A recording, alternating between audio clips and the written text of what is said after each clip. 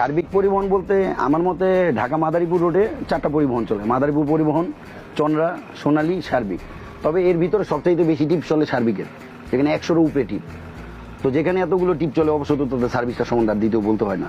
আর মাদারীপুরের মানুষ সার্বিক বলতে একটু বেশি ভক্ত, মানে সার্বিকের সার্ভিসটা নিয়ে তাদের অনেক হ্যাঁ, আমরা অনেক সময় সিট খালি থাকলে রাস্তা থেকে সিট ভরার জন্য 2-1 যাত্রী নেই, বাট তোমার একটা অন্য গাড়ি চাইতে আমরা সার্ভিসটা ভালো দিই, খারাপ না। কারণ আমাদের সব হিনো ওয়ানজে গাড়ি, ঢাকা মাদারীপুর রোডে একমাত্র কোম্পানি আমাদের সার্বিক পরিবহন, যার কাছে 60টার উপরে সর্বোচ্চ হিনো ওয়ানজে গাড়ি আছে।